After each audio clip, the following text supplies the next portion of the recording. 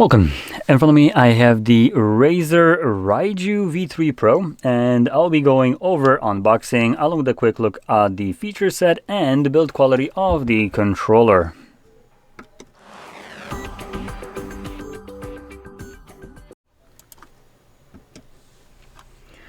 Okay, so let's get into this. Now, before I actually unbox it, I do want to kind of stop for a brief moment because I found it hilarious. So we have Razer just trying to glaze themselves, and we have best gaming controller 2024, but it's not the best controller of 2024. If you look closely, it's from the makers of the best controller.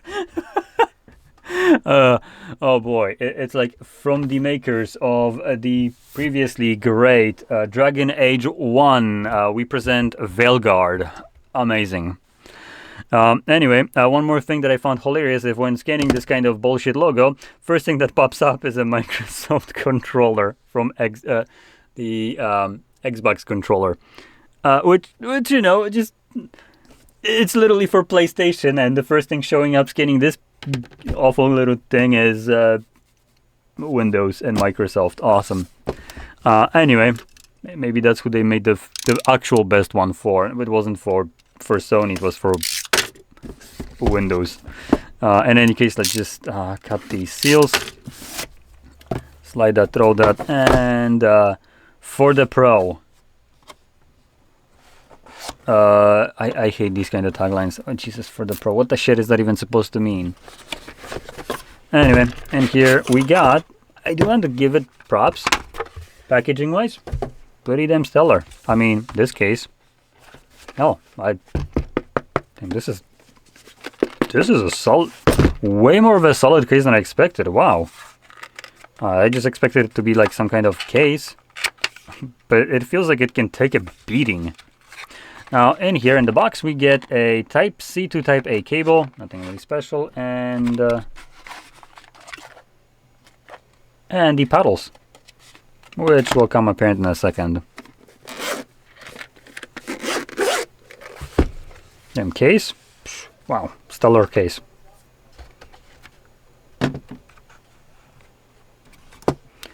Now, this controller seems bit big for some reason. That's what she said. Anyway, just whip out everything that is in here. Come on. Jesus, that was like in there. Holy. Can I even pull that out? Oh, there we go. And we get a screwdriver, which you barely can see. And there we go. Maybe if I bring it into a shot. So there we go.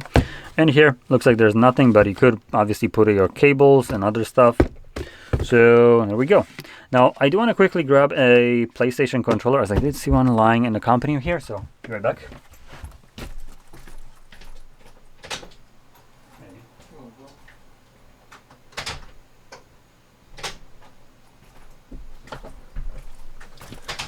Okay, got one. And that's basically side-by-side comparison of them, and I was thinking that it's bigger, and it does seem like it's a bigger controller. So it most certainly takes more freaking space. Now, I do want to be upfront. Something that is what was it? Third generation, a Pro controller, sure as shit doesn't feel like it. The build quality or weight to it, it does have a little bit of a twist to it. Not much when, you know, just kind of bending it. I'm not bending it super hard. If I would be playing and raging, something tells me I can break this in half. That's one thing. It feels very light, hollow.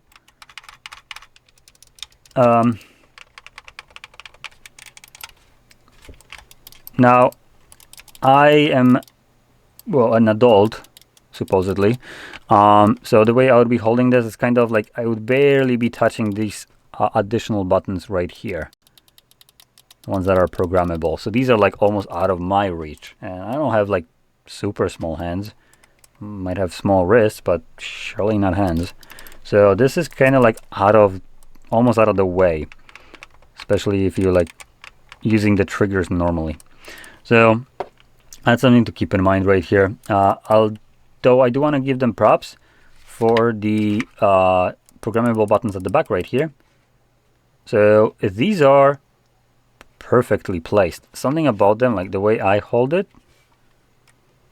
my two fingers just slide in there. And it doesn't feel like they're out of place, these buttons. They feel perfect there. So props to Razer for this. This feels freaking amazing. No other controller ever that I have tested had these programmable buttons at the back, which felt so nice. Though I'm not too great with, like, you know, using these two fingers interchangeably. So if I press one, I'm kind of gonna be probably pressing both of them. So that would probably get me take me some time to get used to like just do one. Other than that, the roll of a D-pad feels fine. The D-pad is a little bit too sticky, I would say. Thumbsticks, nothing special, but I mean, nothing special in feel, but they're not bad. They're actually pretty damn good. They are using TMR, so tension magnetic resistance, which is basically Hall effect, but with lower power consumption. And I'll be right back. I need to freaking fix the damn computer because at the company, nothing here seems to freaking work. And I now can't see anything that is right here.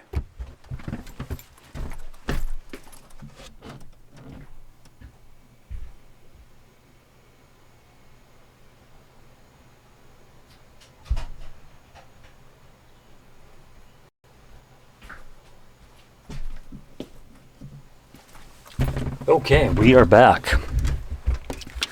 Okay, so DMR, pretty good. The actually unreleased yet Steam controller is supposed to be also using TMRs, which, yeah, that's pretty cool.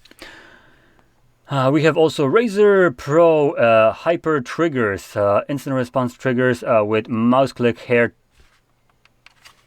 All right, we do have these little sliders, so you can basically make them into you know, mouse clicks, so they don't need to travel all the way like these ones do. So all you need to just flip this. Pretty cool. So yeah, we have that.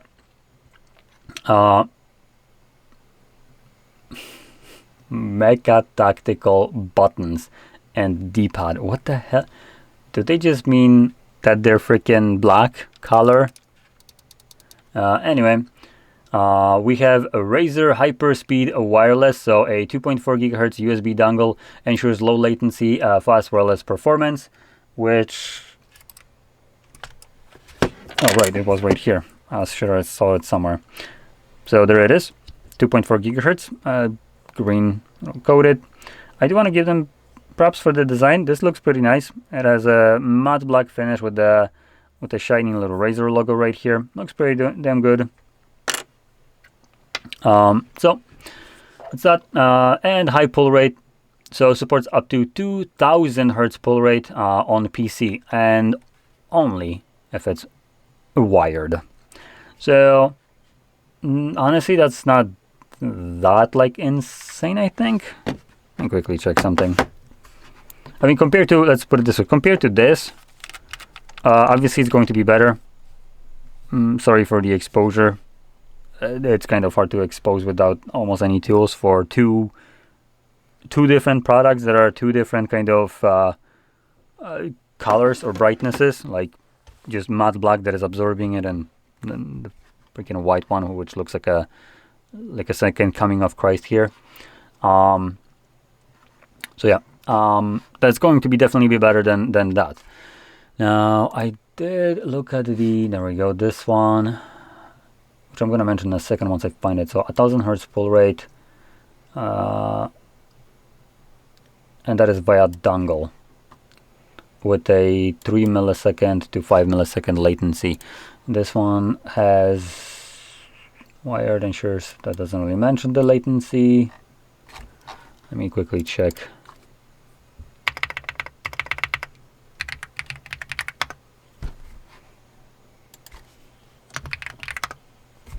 Come on, AI, can you like show up when you fucking need it? Of course not.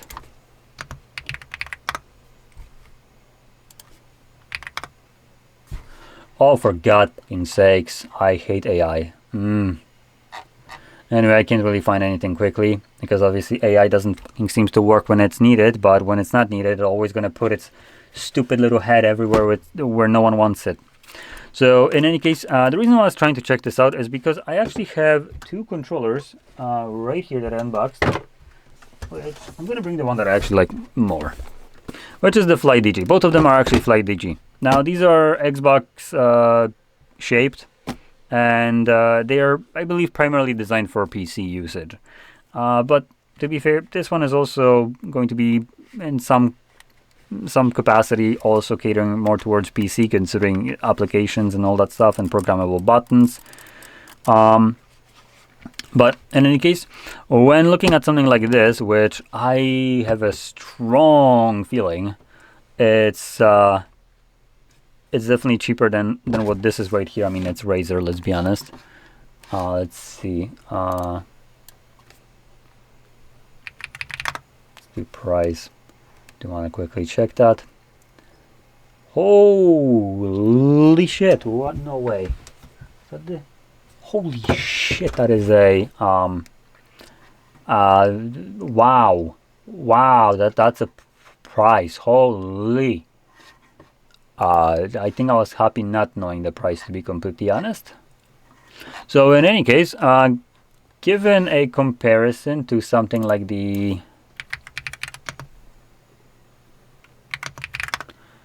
let's see that. Okay, so this right here costs nearly the third of a price of what we had right here.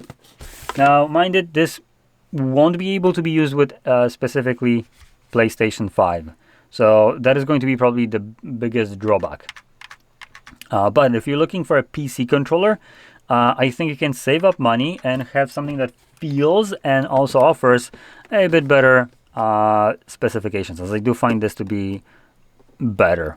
So build-wise, it feels more premium. It feels better in hand. I do also prefer the Xbox kind of layout over the PlayStation one. So this could be personal preference, though, obviously. But the fact that it also has tensioning options for the joysticks. It has there's 1, 2, 3, 4, 5, 6, 8 buttons programmable. This one has 6 programmable buttons. So there's 4 under your fingers right here, and 2 more next to the triggers. This one has the additional same thing as this one does, plus these additional 2. And yeah, it does feel super nice. The triggers feel great. The actual buttons are mechanical switches, clicking mechanical switches, so that's also going to be pretty damn good. This one feels like it also has some kind of nice switches on here, clicky ones as well. But I don't know if these are mechanical, to be honest. There was no mention about this. So in any case, I do want to stress the price difference here plays a massive role, considering this is where I'm from, costing about 900 PLN, while this costs 330. So this is a huge price difference. It's close to 3 times cheaper than what Razer offers right here. Now, credit where credit is due. Here we get a nice case for traveling, if you want to travel with your, obviously, case or joysticks. You get replaceable thumbsticks. Dongle comes right with the other thing too, and you get the little screwdriver for, I presume, removing these. Let's see quickly.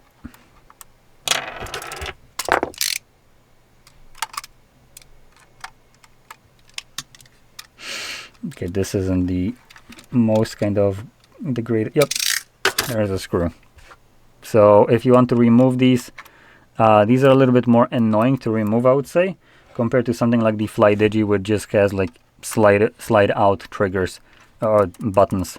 Though I do know that the button ones can be removed. I don't know if the top ones could.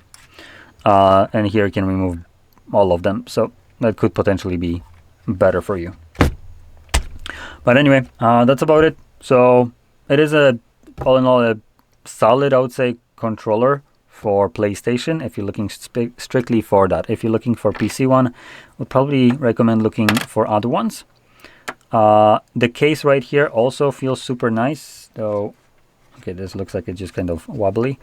So yeah, the case here is also pretty damn nice. But I think the key defining feature or problem here is the fact that this thing is freakishly expensive. It's a freaking controller. It shouldn't cost this much money. So if you can, I would maybe recommend, if you really want this, to wait for some kind of sale, because spending this much money on a controller is a bit, I would say it's a bit too much for such a thing. It's a good controller if you strictly want one that is, you know, PlayStation compatible. So for that, by all means, just probably wait for a sale. But if you're looking for something that is, you know, just PC one, and you don't really care that much about a shape, their competition is making much better controllers than the typical kind of manufacturers that we meaning like probably me as a boomer self grew up with. So Razer, Logitech, and all that thing, they haven't been doing too much. So now you have companies like FlyDigi who basically come in swinging, and they're not screwing around. They're like, these are pretty damn good controllers. They also are durable. Even though I think these are coming from like China, this doesn't feel like a, you know, Chinese piece of crap. This feels like a freaking solid controller. So yeah. In any case, that's about it. So if you found this video helpful, don't forget to hit like, subscribe, and thanks for watching.